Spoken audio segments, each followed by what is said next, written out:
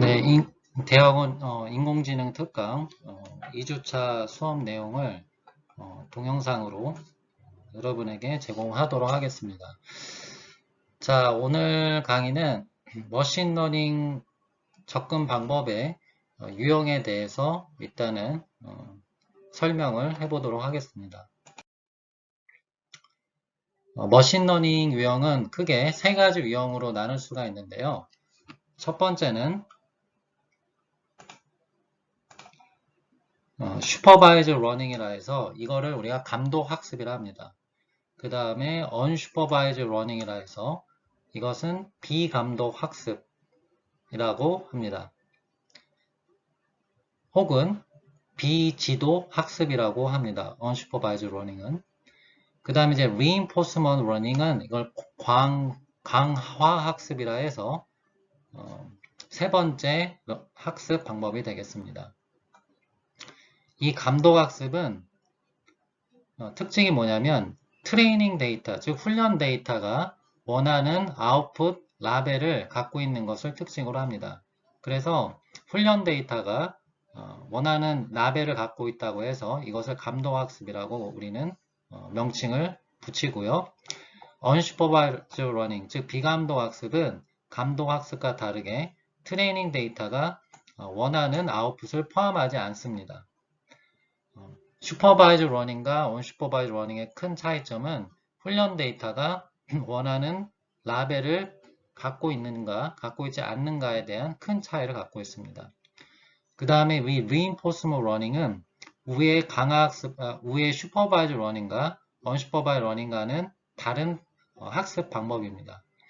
이것은 어떤 일련의 액션을 취하고 그 액션에 대해서 environment, 또 환경이나 상황이 어떤 액션에 대한 보상값을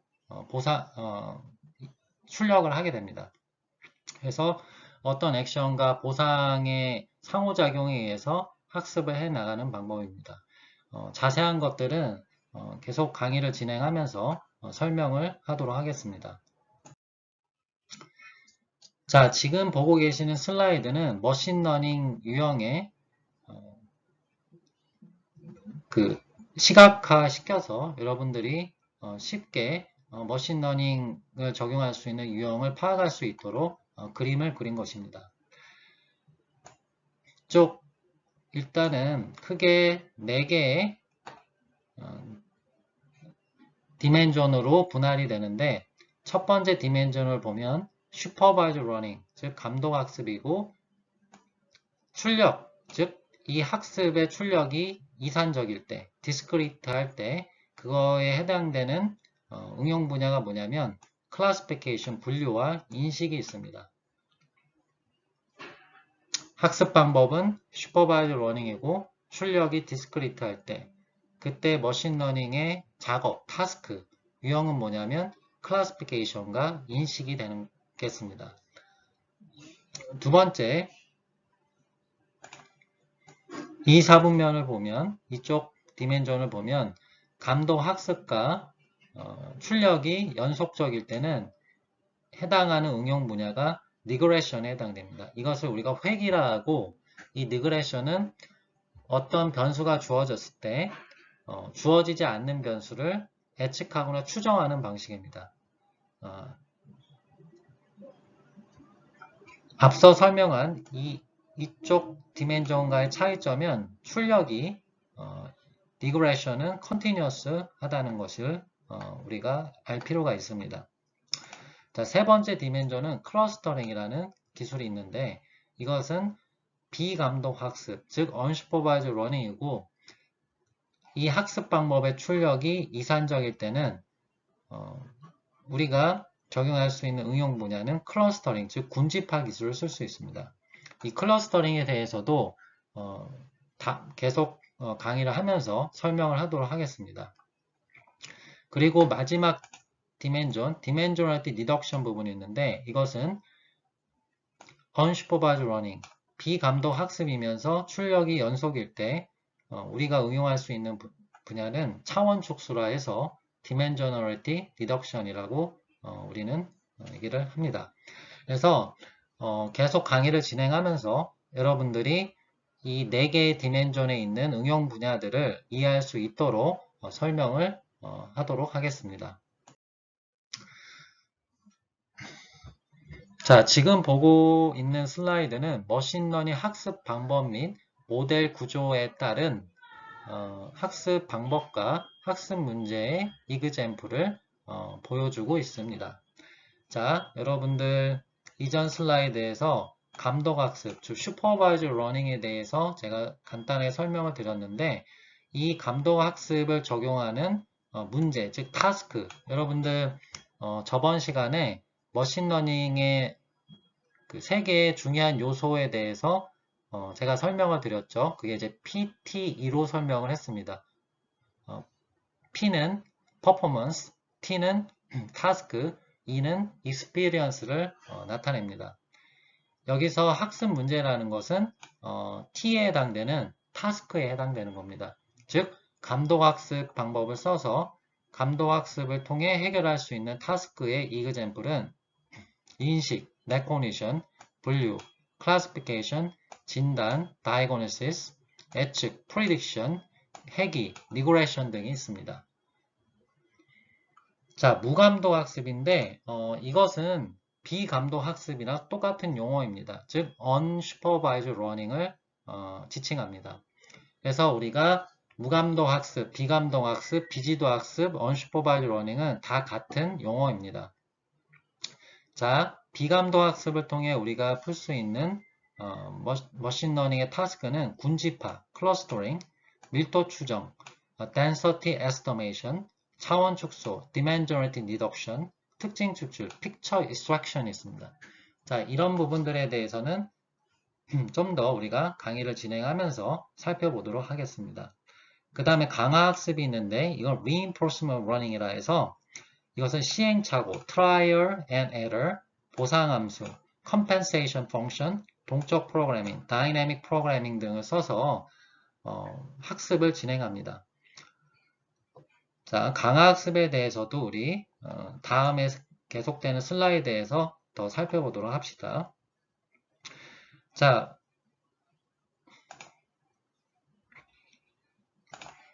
지금 제가 말씀드린 이 테이블은 학습 방법에 따른 학습 방법의 유형을 나누고 그에 각각에 해당되는 학습 문제 타스크에 대해서 말씀을 드렸고요.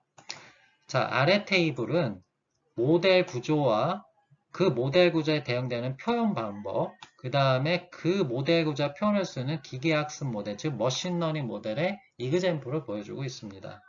그래서 여러분들이 지금 보고 있는 슬라이드를 뭐 완벽하게 이해하라 이게 아니고 그냥 이런 식의 어떤 표현이나 기계학습 모델이 활용되는구나 나 정도만 그냥 지식으로서 알면 될 것 같습니다.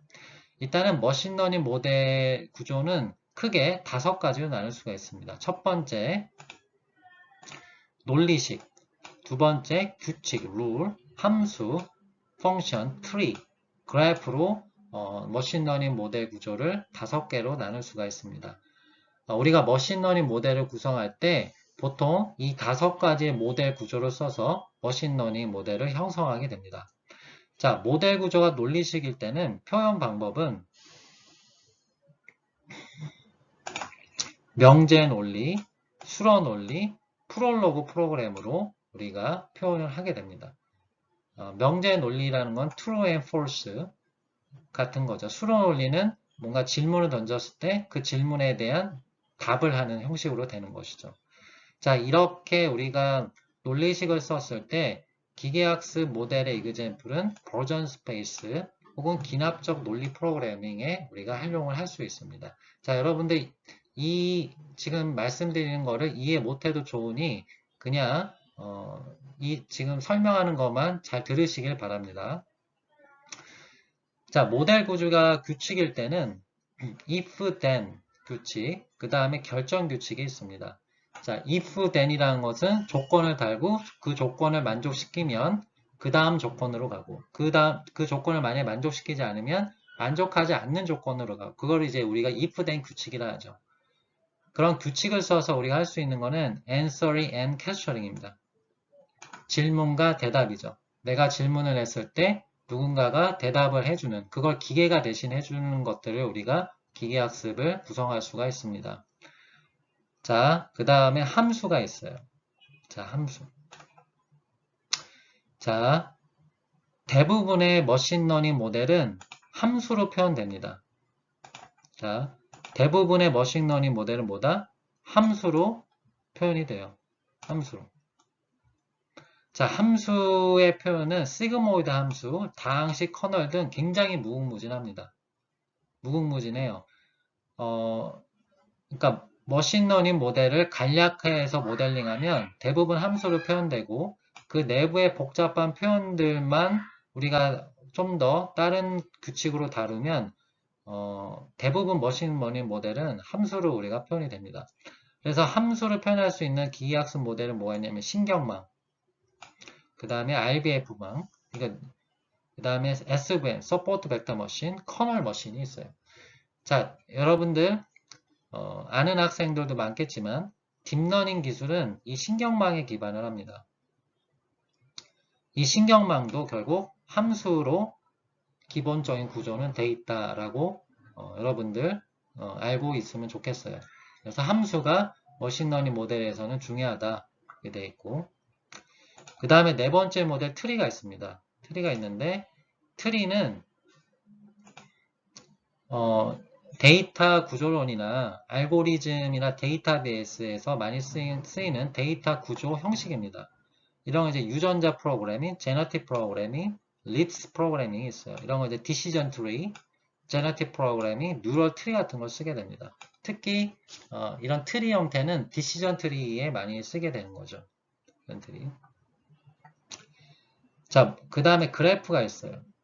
그래프도 굉장히 많이 활용되는 머신러닝 모델 구조입니다. 이건 이제 방향성과 무방향성 그래프가 있고, 네트워크가 있어요. 네트워크 같은 게 있고, 이런 거 이제 probability 그래프, 확률 그래프 모델, 베이시안, 그리고 히든 마코프 모델이 있어요. 그래서 그래프도 기계학습 모델을 구성하는데 굉장히 중요한 역할을 합니다.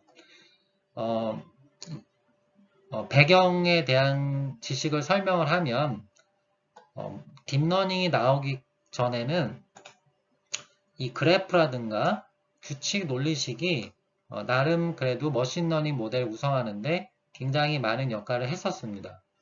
근데 지금은 딥러닝이 나오면서 대부분의 머신러닝이나 딥러닝 모델이 함수로 많이 표현이 되기 시작해요. 함수로 표현을 하기 시작해요. 그 이유가 딥러닝 같은 걸 학습하려면 목적 함수, 즉 오브젝트 펑션이나 손실 함수, 로스 펑션을 최적화하는 그 기술이 필요한데, 그 최적화를 위해서는 이런 딥러닝 모델의 출력을 함수 형태로 표현하는 게 편합니다. 함수 형태로 표현하면 그 함수를 최적화하는 기술이 많기 때문에 굉장히 쉽게 우리가 그리고 쉽고 그리고 빠르게 최적화 기술을 적용시킬 수가 있는 것이죠.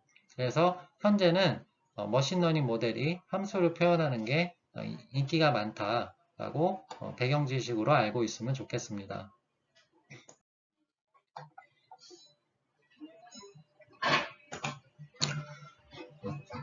자, 지금 보고 계시는 슬라이드는 이제 슈퍼바이저 러닝에 대해서 이제 좀 더 자세하게 설명한 슬라이드를 보고 있습니다.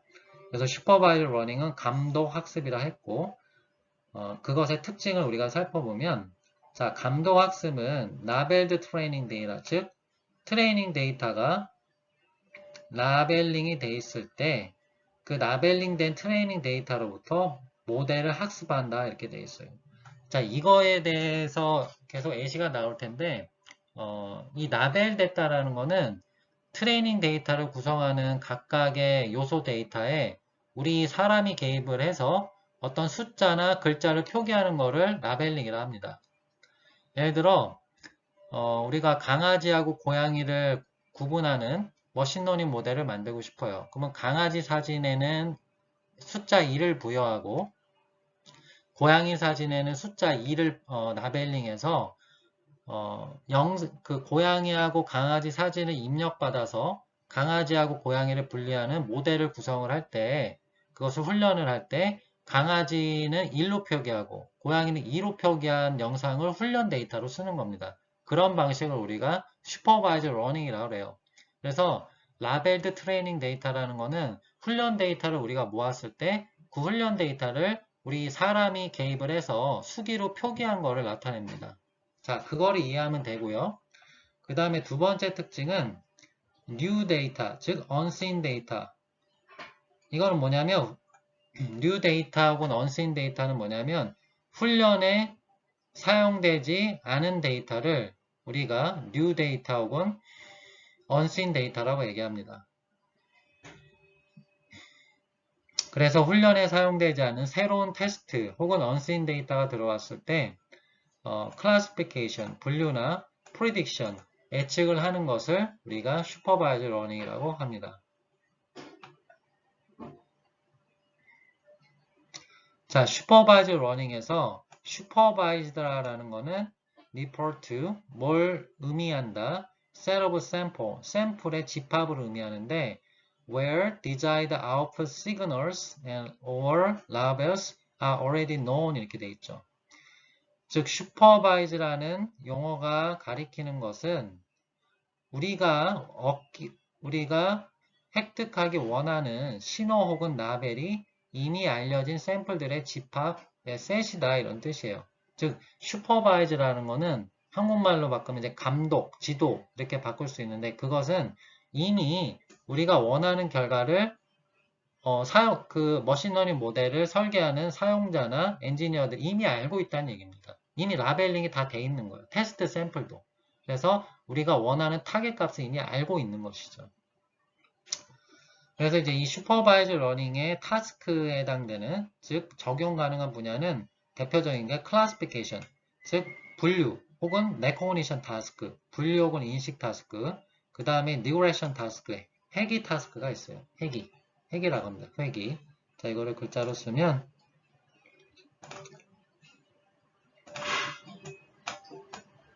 이거를 우리가 회귀라고 합니다.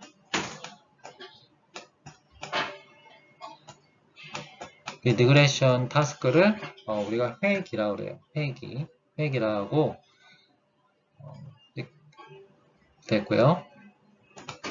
그 다음에 여러분들 이 그림을 한번 볼까요? 이 그림을 보게 되면 자, 이게 머신러닝 알고리즘입니다. 자, 여러분들 우리 저번 제 동영상 강의 시간에 머신러닝을 설명하는 어떤 카툰, 그림을 하나 소개를 했었는데 그때 어떤 기계에 어떤 여자가 데이터를 막 무작위로 막 집어넣고 어떤 한 남자는 more 하면서 어떤 기계에서 어떤 출력된 뭔가를 계속 얻는 거를 여러분들이 봤을 거예요. 그 그림에서 기계에 해당되는 부분이 머신러닝 알고리즘에 해당됩니다. 네. 그래서 일단은 머신러닝 알고리즘은 데이터가 없으면 존재하지 않아요. 그러니까 일반적인 컴퓨터 프로그램과 머신러닝 프로그램, 딥러닝 프로그램 혹은 인공지능 프로그램의 차이는 그냥 일반적인 프로그램은 데이터가 없어도 단순 계산만 하는 것이 일반적인 프로그램이고 머신러닝 프로그램은 데이터가 있어서 뭐 어떤 현상을 계속 향상시킵니다. 그러니까 어떤 데이터에 기반해서 이런 머신러닝 기기나 이런 것 등의 성능을 계속 향상시키죠. 여러분들. 그래서 이 머신러닝 알고리즘의 라벨을 갖고 있는 트레이닝 데이터가 입력이 돼야 된다는 겁니다. 그래서 훈련 데이터라고 하는 게 들어가는데 뭐가 있다? 라벨이 있다. 이 라벨이 없으면 안 되는 거죠. 슈퍼바이저 러닝은. 근데 이 라벨이 있는 훈련 데이터가 머신러닝 알고리즘에 들어가고 그 다음에 뭘 생산해죠? 어떤 모델을 생산해. 프리딕티브 모델. 어떤 데이터에 기반해서 예를 들어 분류 작업이다. 그러면 아까 이그젠플로 든 강아지와 고양이를 사진에 기반해서 분류하는 예측 모델, 즉 프리딕트 모델을 생성시키는 거죠. 이 데이터에 기반해서. 자, 이런 그 모델을 우리가 머신러닝 용어로 뭐라 하냐면 하이퍼시시스라 합니다. 이 프리딕트 모델을 우리 가설이라고 해요. 하이퍼시시스.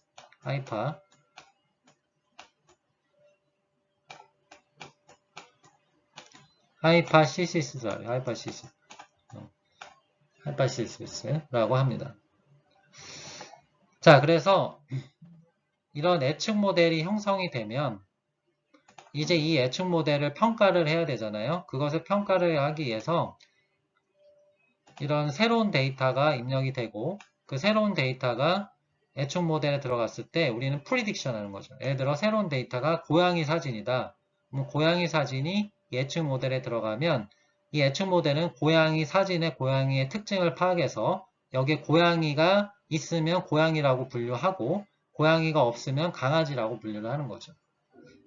이런 것을 우리가 감도학습이라고 합니다.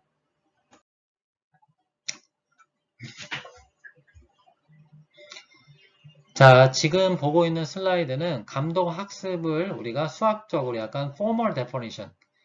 이전 슬라이드에서는 어떤 제가 감도학습을 기술적인 측면에서 설명을 한 거고 지금 보고 있는 슬라이드는 감도학습을 우리가 수학식으로 간단한 수학식으로 표현을 해보는 거예요. formal definition. 자, 감도학습에서 우리가 감도학습에서 나온 머신러닝 모델을 XFX로 표현할 수 있어요.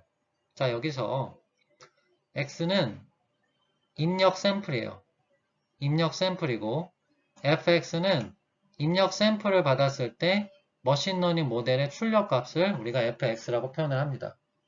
그렇게 표현을 하는 거예요.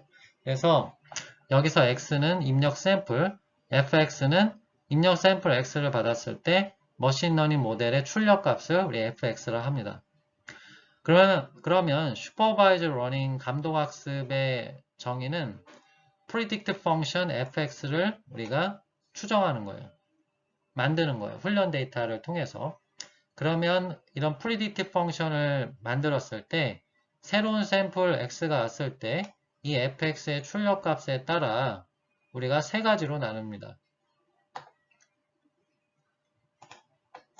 여러분들 여기서 fx는 슈퍼바이저 러닝, 즉 감독학습 알고리즘을 통해 만든 혹은 생성한 머신러닝 모델이에요. 이걸 우리가 수학적으로 표현하면 프리딕트 펑션으로 표현할 수 있는 거죠.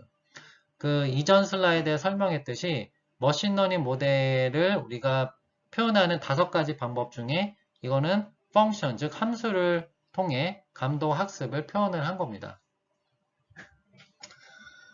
자, 그래서 이 감도학습으로 생성된 모델의 출력값이 이산일 때, 디스크리트 때는 이게 클래시피케이션 작업에 적용되고 이 fx가 컨티뉴어스 할 때, 즉 연속일 때는 이것을 우리가 리그레션에 적용할 수 있습니다. 리그레션, 회귀, 이제 회귀에 대해서도 공부해 볼게요. 그 다음에 이 fx가 어떤 probability가 나온다. 그러면 probability estimation, 즉 확률 예측으로도 우리가 활용할 수 있어요. 예를 들어 이런 거죠. 아까 강아지와 고양이를 구분할 때 어떤 강아지 사진이 들어왔을 때 이 fx가 값이 예를 들어 0.8이에요. 0.8. 그러면 이 강아지 샘플이 들어왔을 때 이 샘플이 강아지 샘플이 낼 확률이 80%다 이 얘기예요. 그러면 고양이일 확률은 20%가 되는 거죠. 그럼 우리는 이 샘플 X가 강아지가 될 확률이 80%로 높기 때문에 이 사진은 강아지라고 판정을 하는 겁니다. 이런 식으로 많이 하게 돼요. 이런 거를 하게 되면 이 슈퍼바이저 러닝으로부터 나온 이 predictive function이 뭐가 된다? probability estimation이 되는 겁니다.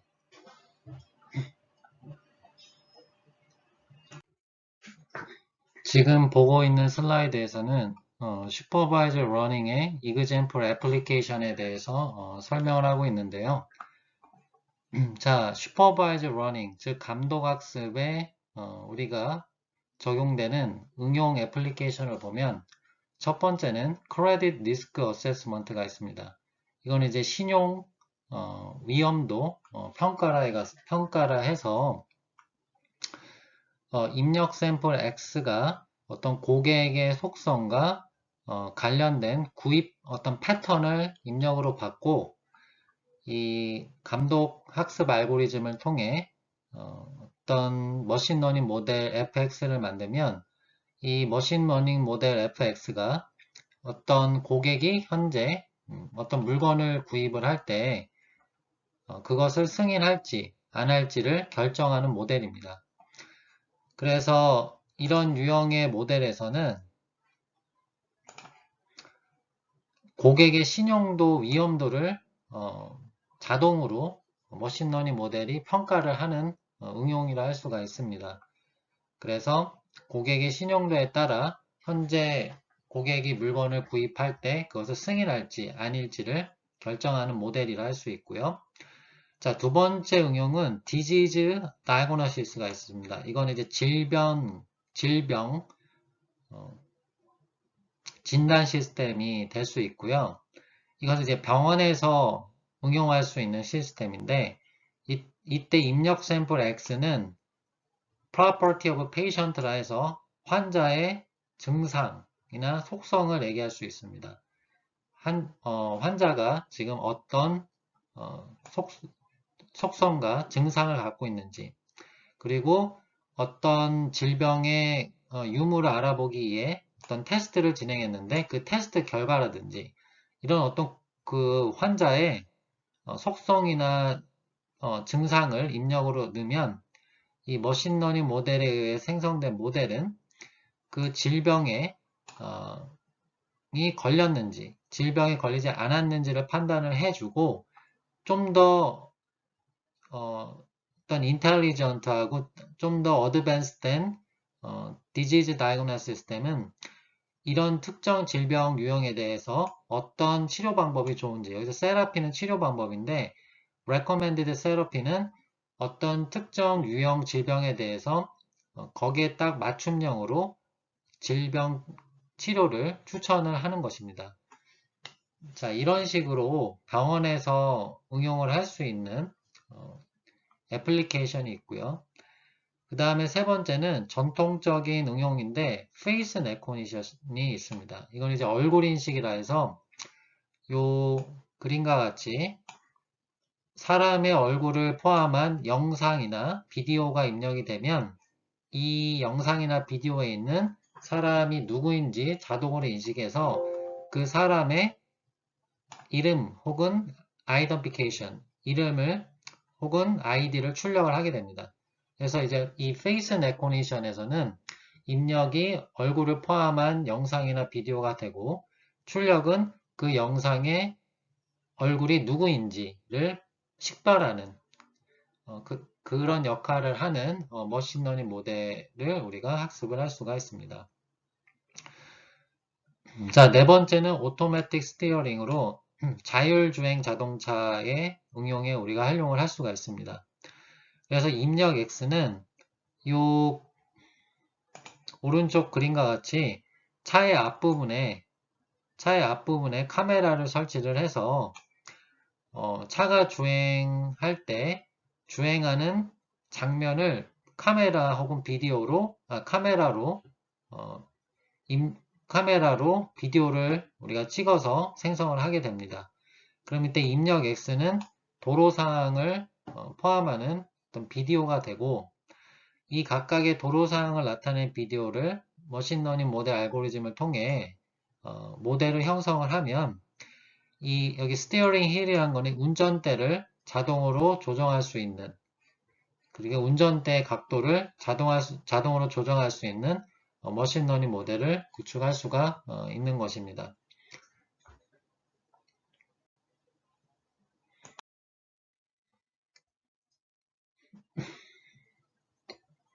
자, 지금 보고 있는 슬라이드는 감도 학습의 응용 중에 클래시피케이션, 분류 문제를 그림으로 좀 쉽게 설명한 그림인데요. 결국 이제 머신러닝 모델에서 분류를 위한 모델을 설명을 하면 예측 함수를 영상 혹은 뭐 비디오의 특징 픽처 리프레젠테이션에 적용하는 거다.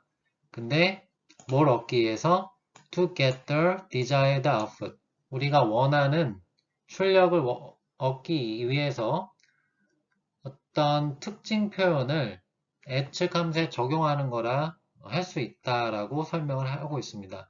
그래서 이제 이 설명은 분류에 관한 설명을 한 것이고요. 자, 여기 보면 요 f라는 함수는 predict 펑션이 되는 겁니다. predict 펑션이 되는 거고, 이 f에다 요 사과를 포함한 영상을 집어넣을 때 이 영상의 특징을 뽑고 이 특징이 f라는 prediction에 입력이 되면 이 classification을 하는 예측 함수는 이 영상에 애플이 포함되어 있기 때문에 애플이라고 출력을 하게 되는 것입니다. 우리 두 번째 그림도 토마토를 포함하는 영상을 prediction 펑션에 입력을 하기 때문에 분류 관점에서 이 prediction 펑션은 토마토라고 출력을 하는 것입니다. 이 세 번째도 cow를 포함한 영상을 입력을 했기 때문에 이 prediction 펑션은 cow라고 출력을 하게 되는 것입니다.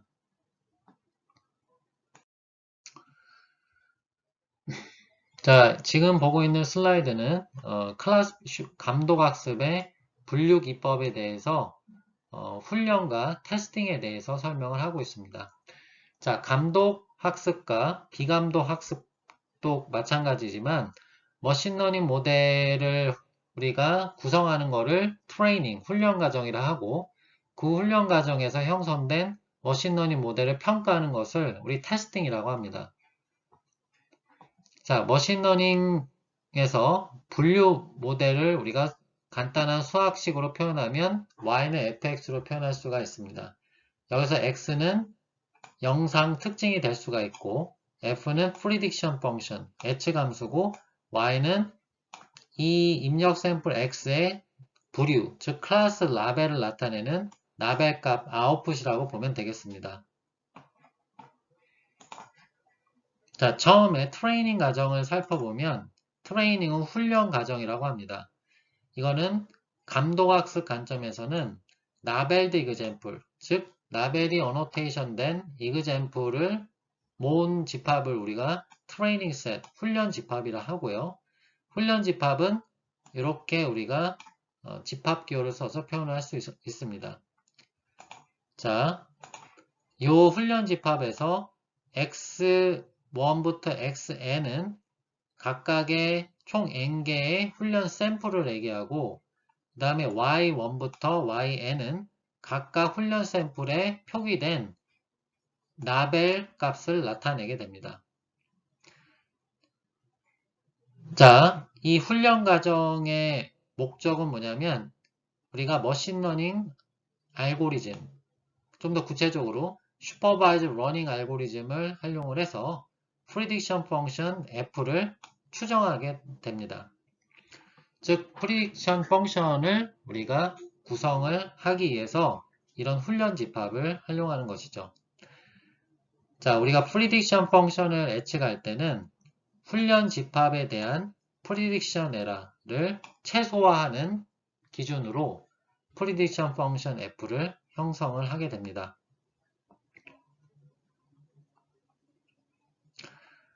자, 물론 여기서는 이제 훈련 집합을 최소화한다고 나오는데, 엄밀히 말하면, 베리데이션 셋이라 해서 검증 집합이라는 것이 있는데, 그 검증 집합의 에러를 최소화하는 방향으로 설계를 하는 게 바람직한 방법입니다. 그걸 우리가 제너럴라이제이션, 일반화라고 하는데, 그 부분에 대해서는 수업을 진행하면서 기회가 되면 설명을 하도록 하겠습니다. 자, 두 번째 과정은 테스팅이라는 과정이 있습니다. 테스팅. 이 테스팅은 prediction 함수 f를 to never before seen test example x라고 되어 있어요. 자, never before seen test example이라는 것은 훈련 샘플에 포함되지 않았던 샘플을 나타냅니다. 즉, 훈련 샘플에 사용되지 않은 별도의 샘플을 가지고 테스트 집합을 우리는 구성을 해야 됩니다. 자, 머신러닝이든 딥러닝이든 거기 그 알고리즘을 써서 형성한 모델을 제대로 평가하기 위해서는 훈련 집합을 사용해서 평가하면 안 됩니다. 훈련 집합에서 사용되지 않았던 새로운 샘플들을 모아서 머신러닝이든 딥러닝 모델을 평가해야 되는 것입니다.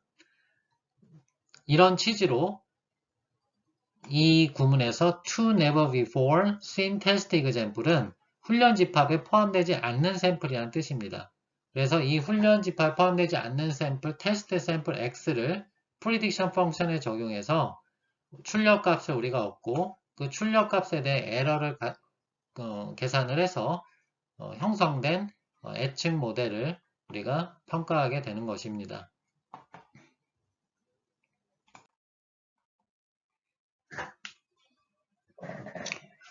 자, 지금 보고 있는 슬라이드는 슈퍼바이저 러닝의 클래시피케이션에 대한 이그젬플을 비주얼라이제이션에서 쉽게 보여주고 있어요. 자, 여기 보면은 자, 요것을 보면 이것을 우리가 트레이닝 셋이라고 합니다. 즉 훈련 집합이라 하고 훈련 집합에는 트레이닝 이미지 혹은 트레이닝 샘플로 구성되어 있습니다. 자, 이것은 이 이그젬플에서는 여기 애플, 여기는 배, 토마토, 그 다음에 젖소, 강아지, 그 다음에 말, 총 6개의 클래스가 있는 겁니다. 자, 하나, 둘, 셋, 넷, 다 6개. 6개의 클래스가 있고 이 6개의 입력 샘플들이 들어갔을 때 예를 들어 이 토마토를 포함한 영상이 들어갔을 때 이 예측된 모델의 출력값은 이 영상이 포함한 토마토에 부여된 클래스 라벨을 출력을 하는 것입니다. 자, 전통적인 감도 학습에서 활용하는 방법은 이 훈련 집합을 우리가 모으고 컬렉션하고 각각의 훈련 집합의 샘플에 대해서 영상 특징 혹은 픽처 리프레젠테이션이라 해서 특징을 추출하게 됩니다. 이 특징이라는 것은 보통 벡터로 표현됩니다. 벡터로 표현되고 벡터 이 특징은 보통 벡터로 표현되고 이 특징은 사과하면 사과의 어떤 특징, 토마토면 토마토의 특징, 말이면 말이 갖고 있는 어떤 형태적이고 어떤 텍스처적인 특징, 그런 특징을 추출하는 것입니다. 그러면 그 특징을 추출해서 이 특징을 훈련 과정에 입력을 하게 됩니다. 자, 감독학습은 이때 트레이닝, 라벨을 같이 활용해서 학습을 수행하게 됩니다. 트레이닝은 훈련이라고도 하고 혹은 학습 과정이라고 얘기도 합니다. 혹은 훈련 과정이라고 얘기를 하게 됩니다. 자, 감독학습에서는 제일 중요한 게 이렇게 우리가 훈련을 할 때 뭘 같이 하려고 하냐면 트레이닝 라벨을 같이 쓴다는 거예요. 이 트레이닝 라벨을 꼭 같이 써야 훈련이 가능하게 됩니다. 자, 이 훈련 라벨은 사용자가 이런 트레이닝 영상 샘플을 모을 때 자기가 수기로 하나하나 입력을 하게 됩니다. 자, 그럼 이런 트레이닝 과정, 즉 훈련 과정이 끝나면 학습된 모델을 우리는 최종적으로 얻게 됩니다. 얻게 되고요. 그러면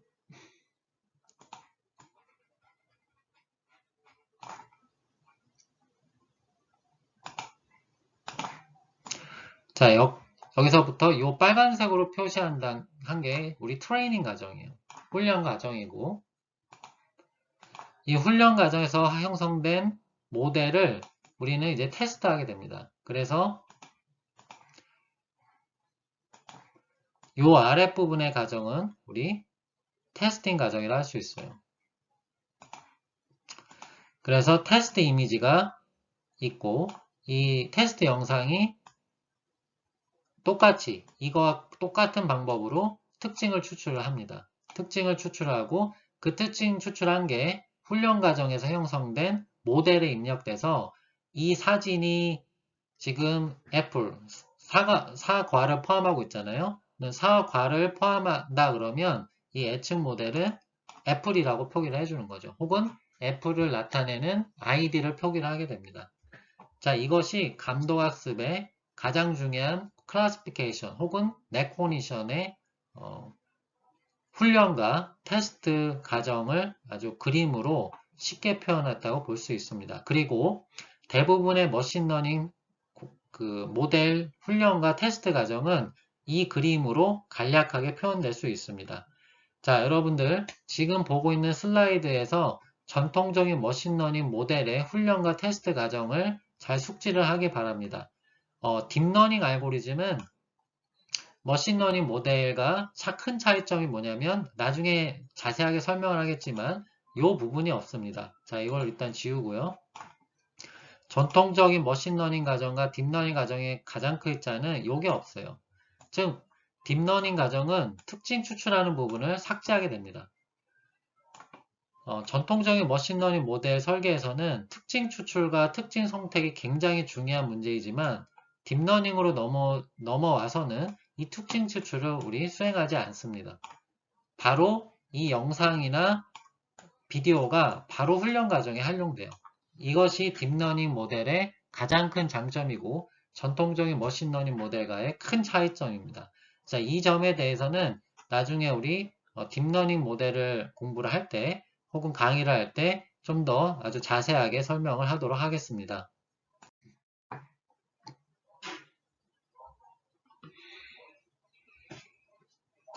자, 지금 보고 있는 슬라이드의 내용은 어떤 감도학습, 슈퍼바이저 러닝을 Geometric Perspective, 기하학적 관점에서 봤을 때 우리가 이거를 어떻게 표현할 수 있는지를 나타냅니다.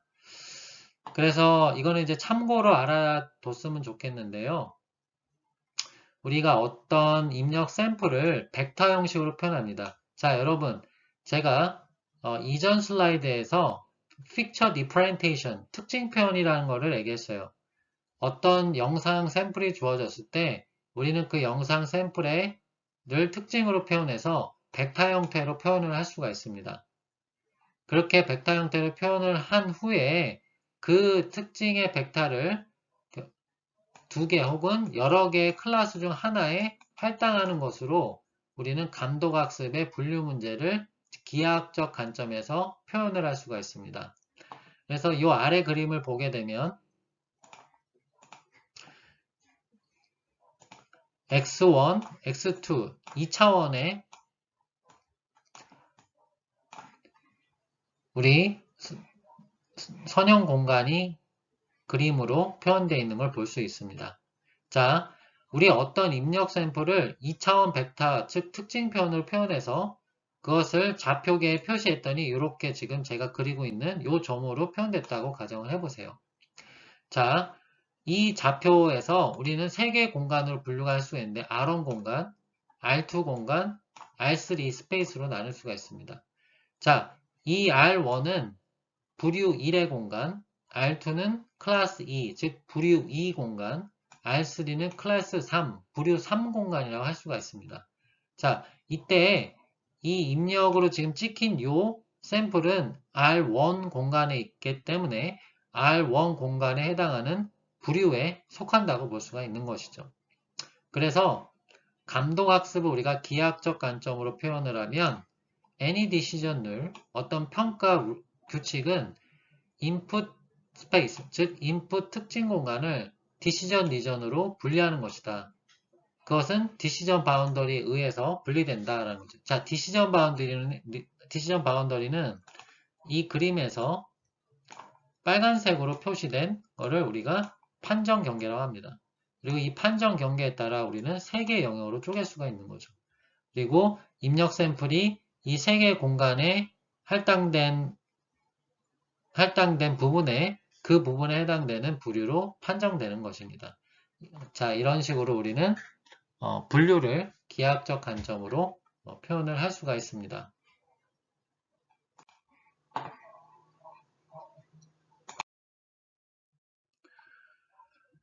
자, 감도학습의 부류에 활용되는 분류기의 모델을 보면 굉장히 많이 있어요. 그래서 이거 뭐 이런 많은 모델을 다 아는 것은 별로 유용한 거는 아니고요. 대표적인 모델을 살펴보면 K-Realist Neighbor, K 최근접 이웃 분류기, 자, Support Vector Machine, SVM, Boost Decision Tree, Neural Networks, Naive Bayes, Logistic Regression, Randomized Forest 등의 알고리즘이 있습니다.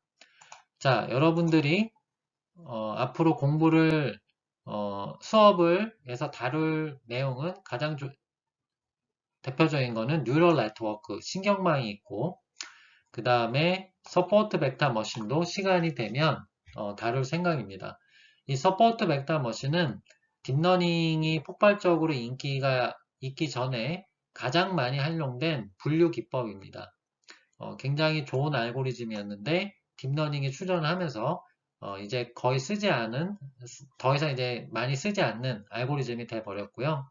이 뉴럴 네트워크는 딥러닝 기술의 베이스가 되는 전통적인 머신러닝 모델입니다. 이 뉴럴 네트워크로부터 딥 뉴럴 네트워크가, 즉 딥 모델이 파생이 됐죠. 그래서 여러분들 딥 모델을, 즉 딥러닝 모델을 좀 더 체계적으로 그리고 잘 이해하기 위해서는 이 전통적인 뉴럴 네트워크 모델을 일단은 공부를 하고 숙지를 해야 됩니다. 그리고 시간이 되면 이 서포트 벡터 머신에 대해서도 한번 다룰 수 있는 시간을 갖도록 해보겠습니다. 자, 여러분들 지금 보고 있는 슬라이드는 감독학습, 즉 슈퍼바이저 러닝의 리그레션을 설명하고 있는 슬라이드를 보고 있습니다. 리그레션은 우리 핵이라고 보통 얘기를 하고요. 이 핵에는 어떤 입력 x가 주어졌을 때 어떤 관심 있는 출력 y를 우리가 계산하는 것을 우리가 획이라고 합니다. 그래서 여기서 입력 x를 어떤 predictor, explanatory variable이라 하고 이 y를 출력, response variable이라고 합니다. 이런 리그레션의 example을 보면 어떤 사람의 나이가 x, 입력 x로 주어졌을 때 우리는 출력인 키를 예측하고 싶을 때는 이 나이가 여기서 입력 x고 우리가 예측하려고 하는 변수 y가 여기서는 키 하이트가 되겠습니다. 그 다음에 이제 두 번째 이그젬플을 보면 어떤 주가를 예측하는 부분에서 야후라는 회사의 주가 가격을 알았을 때 구글의 주가 가격을 예측하고 싶은 경우에는 이때는 입력 요 x가 야후의 주가 가격이고 우리가 예측하기 원하는 출력 y는 구글의 주가 가격이라고 할 수가 있겠죠. 그 다음에 세 번째 이그젬플을 보면 센서의 값이 입력 x일 때 우리는 그 센서를 기반으로 출력인 벽으로부터의 물체가 벽으로부터 얼마나 떨어져 있는지 거리를 구하는 문제에서는 출력과 y가 distance from wall이 되겠죠. wall이. 그래서 이제 리그레션이라는 거는 이 오른쪽 그래프와 같이 어떤 우리가 알고 있는 주어진 입력 x가 주어지면 이 x로부터 도출될 수 있는, 유추될 수 있는 어떤 출력 y를 우리가 예측하는, prediction 하는 것을 우리가 regression이라 합니다. 자, classification과 regression의 가장 큰 차이점은 classification은 요 예측과 y가 discrete, 이상값이라는 거죠. 1, 2, 3, 4, 5 이런 식으로 이상값이고 regression은 예측과 y가 연속입니다. 그러니까 continuous 값을 가져요. 그래서 여기 보면 note that now y can be continuous 라고 되어 있죠. 그러니까 regression은 연속적인 어떤 예측을 할 때 우리가 이것을 감도학습을 통한 regression이다 이렇게 얘기합니다. 그리고 이제 regression도 감도학습인 게 주어진 입력 x가 훈련을 할 때, regression 모델을 훈련을 할 때 주어진 입력 x에 대해서 이 y 값을 우리가 명시하고 표기를 하게 됩니다. 그래서 우리가 이 리그레션 모델을 훈련할 수가 있거든요. 이런 취지에서 이 리그레션은 슈퍼바이즈 러닝이라고 할 수가 있습니다. 자, 지금부터는 지금 보고 계시는 슬라이드부터는 지금까지는 우리가 감독학습에 대해서 공부를 했고, 이제 지금부터는 unsupervised learning, 즉 비감독 학습 혹은 비지도 학습에 대해서 우리가 살펴보도록 하겠습니다. 자, 비감독 학습에서는 이 첫 번째 문장의 내용과 같이 We don't know right answer before we train our model이라고 되어 있어요. 이 비감독 학습의 같은 경우에는 우리가 모델을 훈련하기 전에는 올바른 정답이 무엇인지 명확하게 알지 못합니다. 그러니까 우리가 모델을 훈련을 하고 모델을 사용해서 어떤 출력값을 얻기 전까지는 감독학습과 다르게 정확하고 명확한 우리가 해답을 몰라요. 이 비감독 학습 같은 경우에는. 자, 비감독 학습 같은 경우에는 어떤 응용에 사용되냐면 Dealing with unlabeled data or data unknown structure라고 되어 있습니다. 즉, 라벨링이 되지 않는 데이터 혹은 스트럭처가 알려지지 않는 데이터를 우리 다룰 때 비감독 학습을 쓰게 됩니다. 이거는 감독 학습과 다른 어프로치를 갖고 있죠. 다른 접근 방법을 갖고 있어요. 감독 학습 같은 경우는 반대로 데이터가 라벨링이 되어 있고 스트럭처를 아는 경우가 많죠. 하지만 비감독 학습 경우에는 라벨링이 없고 데이터 스트럭처가 명시되어 있지 않습니다. 우리가 감독학습을 사용해서 우리의 데이터의 구조를 익스플로어서 할 수 있고 그 다음에 어떤 가이더런스 없이 즉 어떤 감독이나 어떤 지도 방법 없이 우리가 의미 있는 정보를 추출할 수 있다라고 돼 있어요. 자, 이거는 알려진 출력 베리어블과 그 다음에 보상함수 등을 사용하면 우리가 어떤 데이터를 모아서 그 데이터의 구조를 익스플로어 할 수 있고, 즉 알아낼 수 있고 그 데이터로부터 의미 있는 정보를 추출할 수 있다는 겁니다. 그래서 이 그림을 보게 되면 현재 데이터가 이렇게 있으면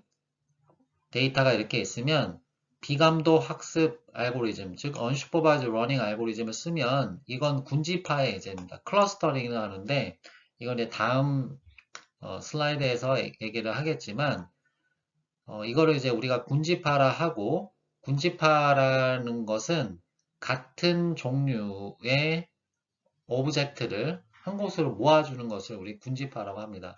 자세한 거는 지금 보고 있는 슬라이드에 이제 unsupervised learning의 가장 대표적인 응용 사례가 클러스터링, 즉 이것을 군집화라고 합니다. 자, 클러스터링은 is an explanatory data analysis that organizes prior information into meaningful subgroup cluster 이렇게 돼 있어요. Without having any prior lineage of their group membership 이렇게 돼 있죠. 자, 클러스터링을 한국어로 군집화라고 합니다.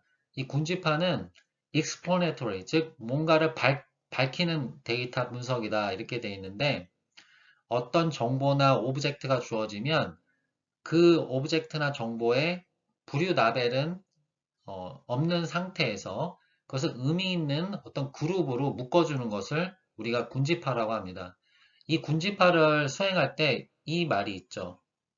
여기 보게 되면 without having any prior lineage their group membership 즉 이 어떤 정보나 오브젝트가 어떤 부류나 그룹에 속할지 멤버십이 전혀 없는 상태에서 즉 그런 사전 지식이 없는 상태에서 어떤 군집화를 수행하기 때문에 이 군집화는 비감독 학습이라고 볼 수가 있습니다.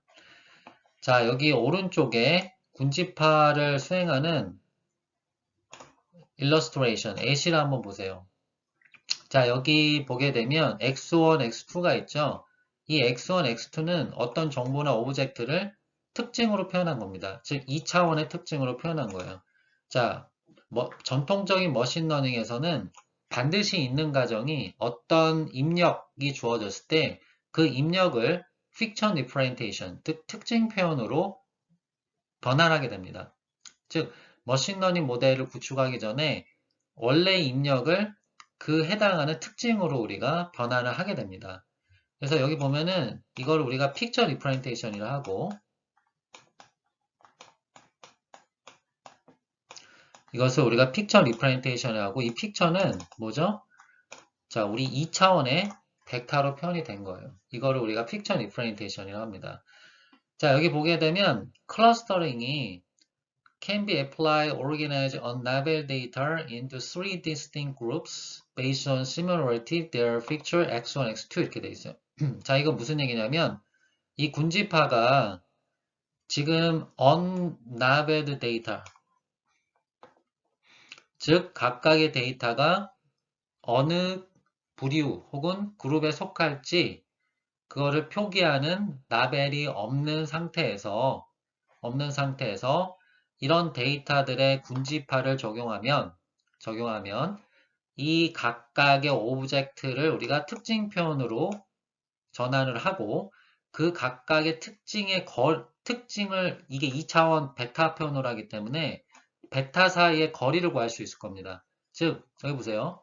지금 요 하늘색 오브젝트가 여기 하나 있는데, 여기도 하늘색 오브젝트가 하나, 이 두 개는 같은 부류예요. 같은 부류인데, 우리가 클러스터링을 적용할 때는 이것이 같은 부류인지 정보가 존재하지 않습니다. 그러니까 클러스터링의 목적은 이 두 개가 같은 부류인데 이 두 개를 같은 부류인 것으로 군집화시키는 거예요.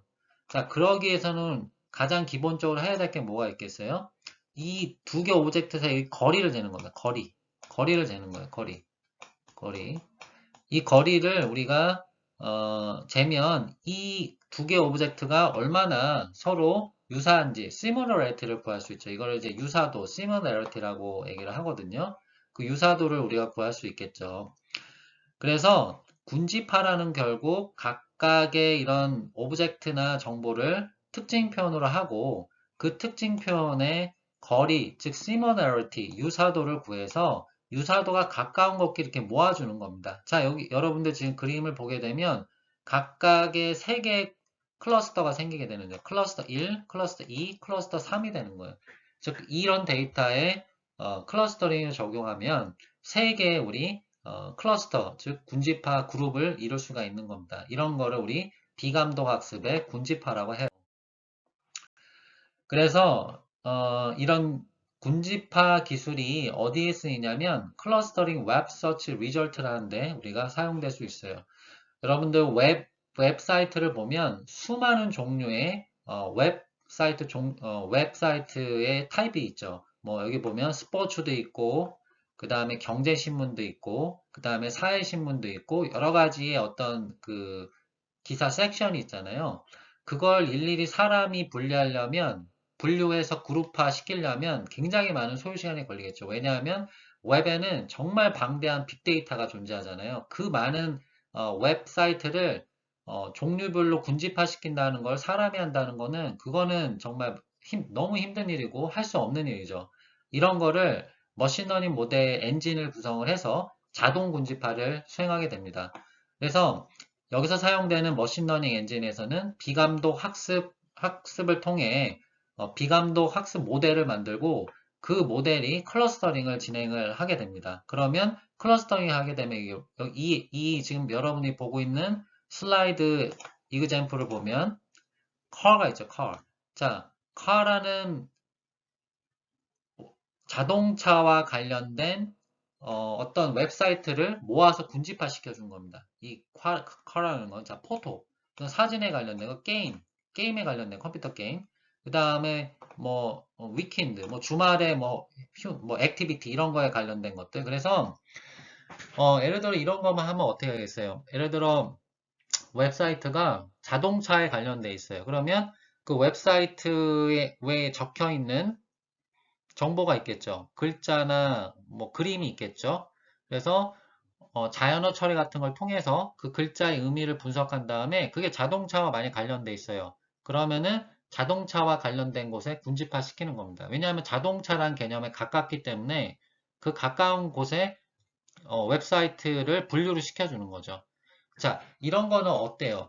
많은 웹사이트가 있기 때문에 사람이 일일이 이 웹사이트가 자동차 관련된 것인지 아니면 사람에 관련된 것이 어노테이션, 라벨링을 할 수가 없겠죠. 자, 이런 거는 근본적으로 비감도 학습을 적용할 수밖에 없습니다. 이런 웹을 클러스터링 하거나 서치하는, 왜냐하면 웹이 너무 많기 때문에 우리는 이런 각각의 웹에다 라벨링을 할 수가 없고, 라벨링 없는 상태에서 머신러닝 모델이나 혹은 딥러닝 모델을 이제 적용을 해야겠죠. 그래서 지금 제가 설명하고 있는 이 슬라이드가 비감도 학습의 어떤 예제라고 보시면 될 것 같아요. 자, 지금 보고 있는 슬라이드는 어떤 사람에 기반을 해서 우리가 찍은 개인 사진을 캐러거라이제이션, 분류화 시켜주는 겁니다. 자, 여러분들이 사진을 찍죠. 사진을 찍으면 사진을 찍을 때 여러분들이 고려하는 게 여러 가지가 있지만 그 중에서 가장 중요한 게 사람이죠, 사람. 일단은 여러분들 누군가와 내가 사진을 찍었고 혹은 나만 나타나 있는 사진이 무엇인가 이런 것 등이 궁금할 수가 있는 거죠. 그래서 개인이 찍은 사진이 굉장히 많이 있을 때, 예를 들어 내가 나랑 친한 어떤 누군가와 찍은 사진만 뽑아내고 싶어요.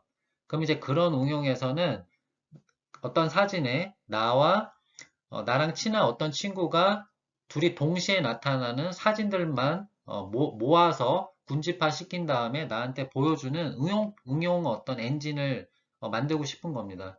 이런 그 포토 캐러거라이제이션 응용 엔진에서도 비감도 학습을 쓸 수가 있어요. 그래서 이제 여러분들 이건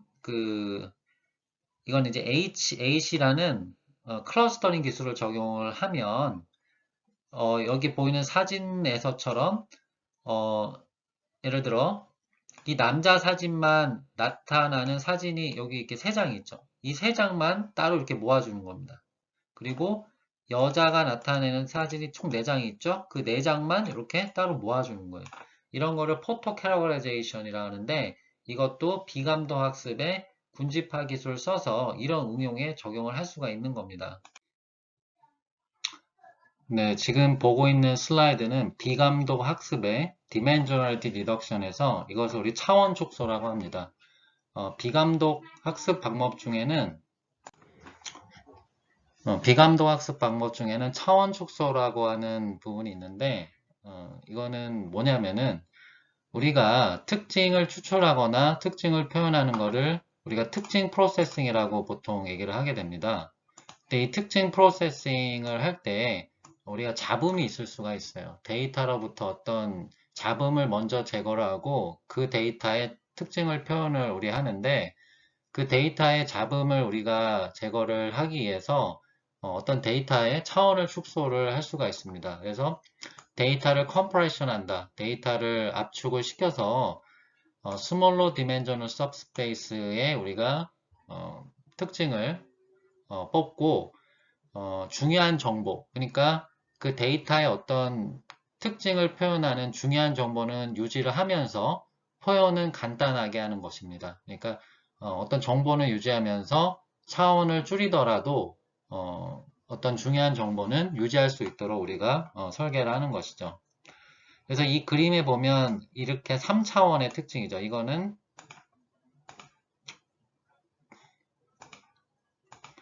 우리가 이제 보면 이거는 R3죠. 3차원의 벡터를 우리 여기서 2차원의 벡터로 줄이는 것을 볼 수 있어요.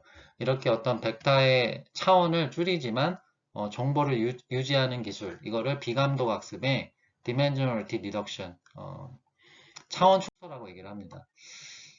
자, 이런 차원 축소를 적용하는 기술들을 우리가 살펴보면, 응용 사례를 살펴보면, 이제 Manifold Learning이라 있어요. 이거 이제 Manifold 학습 방법이라는데, 이거에 대한 간단한 이그젬플을 보면, 자, 영상들을 우리가 표현을 하면 수천 개 혹은 수백만 개의 픽셀로 이루어져 있습니다.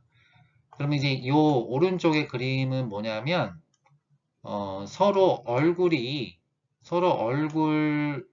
사람의 얼굴이 있으면 사람의 얼굴 형태가 유사한 것끼리 모아주는 거예요.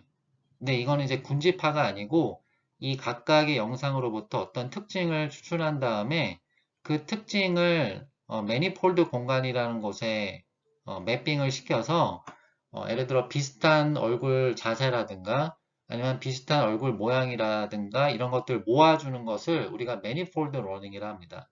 그래서 이 매니폴드 러닝에서는 이 각각의 영상이 차원이 굉장히 높거든요. 수천 차원, 수백 차원인데 이거를 각각의 영상의 고차원 영상을 우리가 매니폴드라는 두 공간에 매핑을 시킵니다. 그러면 이 각각의 영상들은 저차원으로 표현이 돼도 특징을 유지를 하면서 이 저차원의 매니폴드 공간에 압축돼서 응축돼서 표현이 돼요. 이런 걸 이제 매니폴드 러닝이라고 합니다. 그냥 여러분들은 그냥 이 정도의 응용 사례가 있구나라고 정도만 이해하면 좋겠습니다. 자, 차원 축소의 또 다른 사례는 word embedding이 있어요. 단어 임베딩이라 해서 NLP, 자연어 처리를 우리가 할 때 사용을 쓸 수 있는 방법입니다. 이거는 뭐냐면 각각의 어떤 단어, 뭐 여기 보면은 the, this, your, 뭐 이런 단어들 있잖아요. word가 이제 한국말로 단어잖아요. 이 단어가 텍스트로 써져 있는 거를 벡터로 표현하는 거예요. 그래서 지금 여러분들이 보고 있는 그림은 이런 단어를 2차원 벡터로 표현을 한 겁니다. 이런 거 차원 축소라, 이것도 차원 축소가 되는 거죠. 그러면 이 지금 위에 이그젬플은 뭐냐면 트위터에 사용되는 100개의 상위 단어를, 즉 트위터에서 자주 사용된 100개의 단어를 우리가 2차원 공간에 뿌려본 거예요. 2차원 공간에 뿌려봤을 때 뭐 예를 들어 간사는 간사끼리, 조사어는 조사어끼리, 형용사는 형용사끼리 이렇게 모아주는 거를 할 수 있어요. 이런 거를 워드 임베딩이라고 합니다. 그래서 여러분들이 텍스트 프로세싱이나 자연어 처리를 할 때 워드 임베딩을 사용을 하는데 그 워드 임베딩은 어느 기술 범주에 포함되냐면 비감독 학습의 차원 축소에 속한다고 여러분들 이해를 하시면 되겠습니다. 자, 지금 보고 있는 슬라이드는 이제 reinforcement learning, 강화학습이라고 명칭되는 학습 방법에 대해서 설명을 하고 있습니다. 이 강화학습은 지금까지 우리가 배운 비감독 학습이나 감독 학습과는 좀 다른 면이 있습니다. 자, 그런 것들이 뭔지 한번 살펴볼게요. 자, reinforcement learning, 강화학습은 목적이 뭐냐면 어떤 에이전트라고 하는데 그것을 개발하는 것인데 어떤 환경과, 즉 environment, 환경과 어떤 interaction, 그 뭔가 상호작용을 통해서 성능을 향상시키는 것입니다. 자, 우리가 그동안 배웠던 감독학습 같은 경우에는 어떤 데이터에 사람이 개입해서 부류나베를 우리가 어노테이션해서 그 부류나베를 머신러닝 알고리즘에 적용해서 머신러닝 알고리즘이 그 라벨링이 된 데이터를 가지고 성능을 향상시키는 시스템을 개발했었죠. 그와는 반대로 이 reinforcement learning은 데이터가 라벨링이 되어 있지 않습니다. 성능을 향상시키는 방식이 어떤 환경과 계속 상호작용하면서 그 환경으로부터 나온 피드백을 가지고 시스템을 개선하는 방식으로 설계되어 있습니다. 그래서 그라운드 트루스 라벨을 사용하는 대신 이거죠. 그라운드 트루스 라벨은 감독학습에서 사용됐던 거죠. 리워드 펑션, 즉 보상함수라는 것을 우리가 사용해서 이 학습 알고리즘을 진행시킵니다. 이 보상 알고리즘 뭐냐면 현재 환경에서 내가 취한 행동이 얼마나 좋은 액션인지, 좋은 행동인지를 측정하게 돼요. 그러니까 지금 주어진 환경에서 에이전트가 취한 행동이 얼마나 뛰어난가를 측정하는 게 보상함수입니다. 그래서 환경과 계속 인터액션을 통해 에이전트가 이 리워드 함수를 최대화하는 일련의 액션 과정들을 학습하게 됩니다. 그리고 이 학습하는 과정의 어프로치는 trial and error, 즉 시도 그리고 error, 시행착오를 거쳐서, 즉 시행착오죠. 어떤 무언가를 시행해서 거기서 뭔가 에러가 있으면 그 에러를 최소화할 수 있도록 그리고 그 에러를 최소화하는 뭔가 일련의 액션의 방향을 찾을 수 있는 그런 방식으로 우리가 훈련을 하게 됩니다. 그래서 이 reinforcement learning을 설명한 이 그림을 보면, 아래 그림을 보면, 이 그림을 보면, 자, 여기 보게 되면 에이전트가 여기 있죠. 에이전트가 여기 있고, 이 에이전트가 어떤 액션을 취했어요. 그러면 이 환경은, 액션을 취하면 이 환경은, 이 액션을, 이 환경이 이 액션에 대한 피드백을 주는데, 그 피드백이 뭐가 되냐면 리워드가 됩니다. 그러니까 이 에이전트가 현재 환경에 취한 액션을 이 인바이먼트가 판단을 해서 그 인바이가 판단된 값이 결국 좋냐, 나쁘냐를 평가하는 것이 리워드 함수예요. 그러면 이 에이전트는 리워드 함수를 기반으로 액션을 계속 수정하게 됩니다. 계속 수정하게 돼요. 그리고 그 액션을 수정하는 기반은 현재 이 에이전트가 처한 환경, 이걸 우리 스테이트라고 하거든요. 그러니까 에이전트가 지금 환경에 어떻게 처해 있는가, 지금 환경이 무엇인가, 이 스테이트에 기반해서 이 에이전트가 이 액션을 계속 보상하게 되는 것입니다. 자, 그래서 reinforcement learning은 지금까지 우리가 배웠던 감독학습, 비감독학습과는 매우 다르게 어떤 환경과 상호작용을 통해 성능을 향상시키고 그거의 연결고리가 되는 게 리워드 펑션이라고 하는 보상함수를 통해서 우리가 reinforcement learning 학습을 진행을 합니다. 그리고 시행착오라는 어프로치를 통해 그 보상함수를 최대화할 수 있는 일련의 액션을 학습하는 것이 reinforcement learning의 핵심 개념이라고 할 수 있겠습니다. 자, 여러분들 이제 우리 퀴즈를 한번 풀어보도록 합시다. 자, 지금 보고 있는 슬라이드에서 우리가 한번 질문을 제가 하면 여러분들 한번 생각을 해서 한번 풀어보면 좋을 것 같은데요. 자, weather forecasting 있어요. 자, 이건 뭐냐면 애들 이전 시간의 날씨 혹은 이전 날짜의 날씨를 가지고 그 다음 날의 온도를 예측하는 거예요. 그러니까 temperature prediction, 즉 이전 시간의 온도값 혹은 이전 날짜의 온도값을 가지고 여러분들 날씨를 예측하는 거예요. 아니 저기 온도를 예측하는 겁니다. 그러니까 예를 들어서 11시부터 2시까지 이런 온도를 가졌다면 4시의 온도는 무엇이냐? 온도를 예측한. 자, 여러분들 이런 그 예측, temperature prediction 예측 시스템을 구축하는 머신러닝 혹은 딥러닝 모델을 여러분들 구축하고 싶어요. 그러면 이 딥러닝 혹은 머신러닝 모델은 감독학습을 해야 될까요? 아니면 비감독학습을 해야 될까요? 자, 한번 생각해 보시겠어요? 자, 이거는 슈퍼바이즈, 감독학습입니다. 왜 감독학습이 돼야 되죠? 왜냐하면 이거는 시간 혹은 날짜별로 온도값을 사람이 수기로 표기를 해줘야 됩니다. 그 이전 날짜든 이전 시간이든 온도값을 알 수 없으면 이 학습 알고리즘이 예측하는 데이터를 얻을 수가 없는 거죠.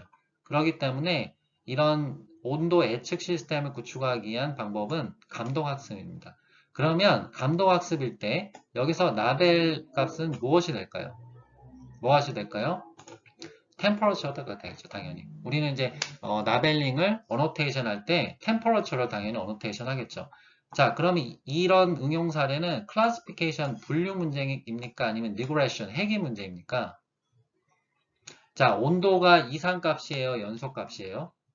그죠? 템퍼러처는 연속값입니다. 그리고 이전 어떤 몇 개의 변수를 가지고 어떤 하나의 변수를 추정하죠. 그렇기 때문에 이것은 리그레션 문제, 해기 문제라는 것이죠. 자, 두 번째 팝 퀴즈를 보겠습니다.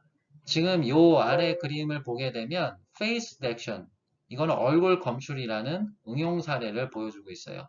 face detection은 뭐냐면 어떤 사진이나 비디오가 주어졌을 때 동물 얼굴 말고 사람의 얼굴을 자동으로 검출해서 사람의 얼굴 부분만 박스를 쳐주는 겁니다. 자, 우리 인간은 엄청난 얼굴 인식 시스템 성능기를 유지하고 있어서 순식간에 사람의 얼굴을 판별합니다. 즉, 우리가 한 번이라도 얼굴을 보고 말을 했던 사람이라면 아주 멀리 떨어져 있어도 혹은 얼굴을 굉장히 가리고 있어도 우리 그 인간의 뇌는 얼굴을 식별하는 아주 민감하고 아주 섬세한 아주 정교한 시스템을 갖고 있어요. 그래서 우리 인간은 사람의 얼굴을 굉장히 빠르고 정확하게 구별해냅니다. 근데 기계가 이런 것들을 할 수 있게는 머신러닝 혹은 딥러닝 모델을 적용을 해야겠죠. 그러면 이런 얼굴 검출을 수행하는 머신러닝 혹은 딥러닝 모델을 우리가 구축한다 한다면 이것은 감독학습일까요? 비감독학습일까요? 이것도 감독학습이 됩니다. 왜냐하면 이런 얼굴 검출 시스템을 구축하기 위해서는 얼굴인 부분에다가 얼굴이라고 표기를 하고 얼굴이 아닌 부분에다 얼굴이 아닌 부분이라고 표기를 하게 되는 거죠. 자, 그러면 지금 제가 얘기했던 거를 기반으로 이 두 번째 페이스 덱션 문제에서는 라벨이 뭐가 될까요? 라벨이. 자, 이렇게 돼요. 이거죠. 얼굴이면 파지티브, 얼굴이 아니면 네게티브예요. 그렇게 표기를 해주는 거예요. 데이터에 얼굴인 요 박스는, 이 얼굴이죠? 얼굴인 박스는 1로 표기하는 거예요. 파지티브. 그 다음에 요 빨간색 박스는 어때? 이거 얼굴이 아니죠? 요건 뭘로 표현해요? 0. 네게티브로 이거를 라벨링을 해주는 거예요. 그러니까 사람이 라벨링을 해주는 거죠. 이런 라벨링을 기반으로 우리 얼굴 검출을 수행하는 겁니다. 자, 이거는 클래시피케이션 문제일까요? 리그레션 문제일까요? 자, 클래시피케이션은 분류 문제, 그 다음에 리그레션은 회귀 문제입니다. 자, 이거는 분류 문제일까요? 회귀 문제일까요? 자, 이것은 클래시피케이션 문제가 됩니다. 왜 클래시피케이션 문제가 되냐면 이런 박스가 주어졌을 때 그 박스가 얼굴인지 얼굴이 아닌지 분류하게 돼서 우리가 페이스 덱션을 성능을 측정을 하고 이런 페이스 덱션 시스템을 구축하기 때문입니다. 그래서 이런 응용 사례는 이제 페이스 덱션이라고 할 수가 있겠어요.